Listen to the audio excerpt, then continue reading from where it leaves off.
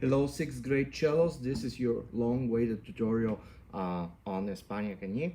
I'm going to go over the hard spots first. I am not sure that we really need to go over all of it. Most of it is repetitive and not so hard, but the part at 50 and the part at 79 needs some work. So I just wanted to give you some tips how to practice, whether it is at home or it is in class. So even if you don't have a cello at home, you can still watch the video and apply some of those strategies that I'm going to be talking to you about that. One of the most important things at 50 is to have the extended 4 and to get a good C sharp. As you see, this cello has a black tape for the first finger, red tape for the third finger, another black tape for the fourth finger, and then there is this tape for the fourth finger in second position. So in order to play a good high 4, you have to put your fourth finger right in between those two tapes. So I'm going to go slowly. 4, 0, 1, 1, 1, 1.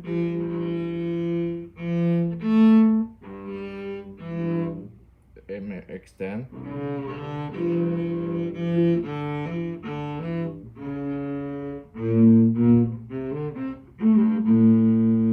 Okay, so now let's separate it and establish couple of good small pieces that you can repeat and repeat in order to get it correctly every time. So the first part is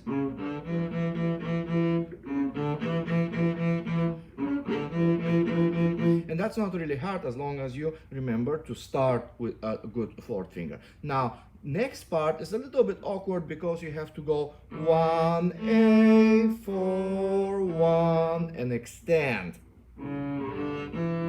This presents a couple of challenges. I recommend that you first practice the 16 note.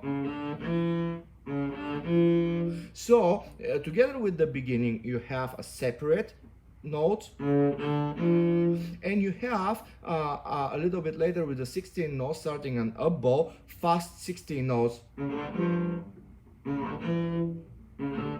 So that has to be very clean, and you need to listen if you can hear the two notes together on the same bow. How you switch.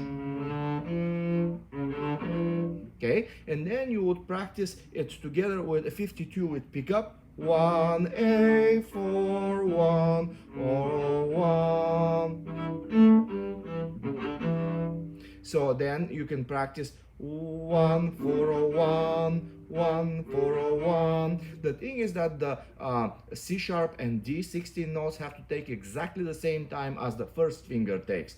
1, 4, 1, dum, taga, dum, taga, dum, taga, dum. So timing is important there. That's something that I would practice over and over to make sure that it's clean and accurate. 1, 4, 1, 1, 4, 1. Okay, and then the next part is a little bit easy.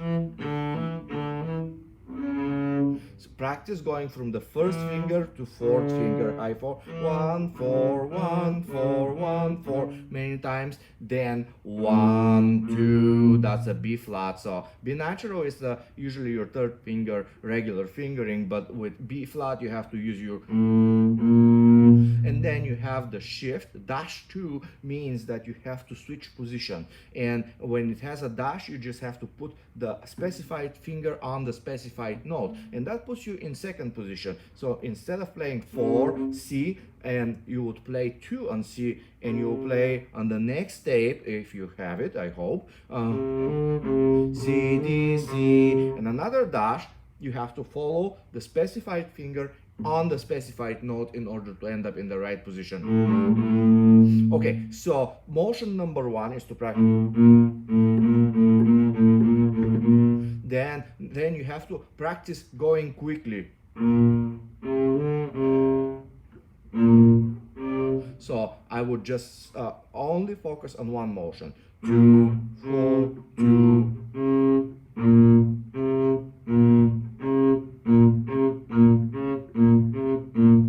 So it has to be be really quick and it has to be really accurate every single time. Okay, now you can practice, which by itself is not that hard, except if you don't land on the right note. So you have to make sure that you put it all together. And you have to reset.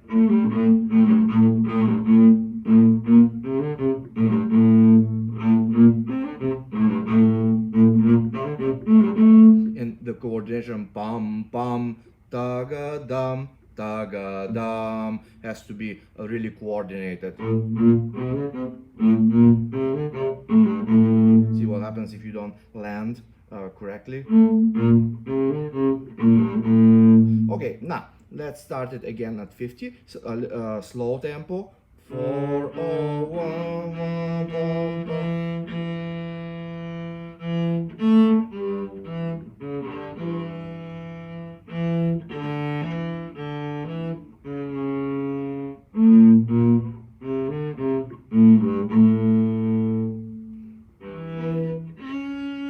Okay, now I'm going to attempt to do it fast in tempo.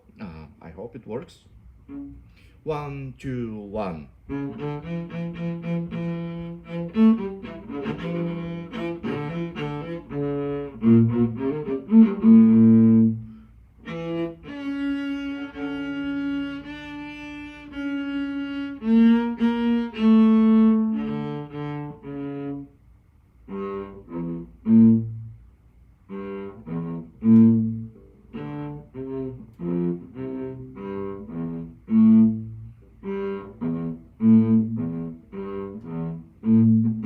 Now 79.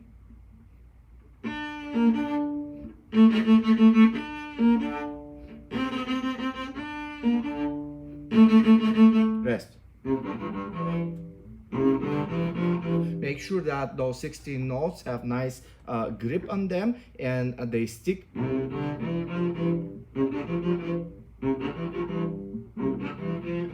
Of course, it's gonna be hard if your bow has half of the hair, but we're waiting on new bows, so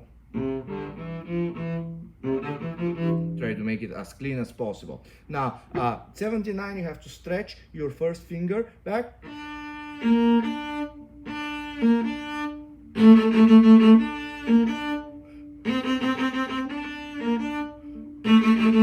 Rest.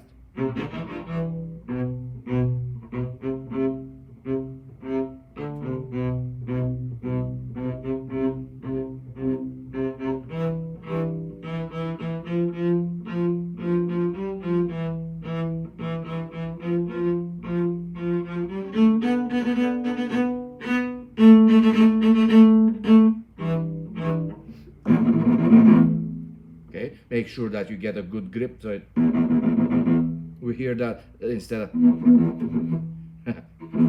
if your bow is too fluffy, you hear a little bit closer to the bridge, make it sure that it sticks. Okay, so two really important places to practice. First one is 50.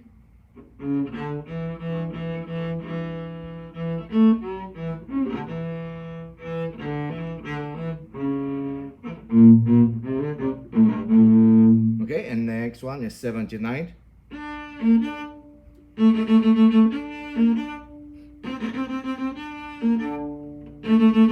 Rest. Sorry. Make sure that it sticks. Okay, so good luck.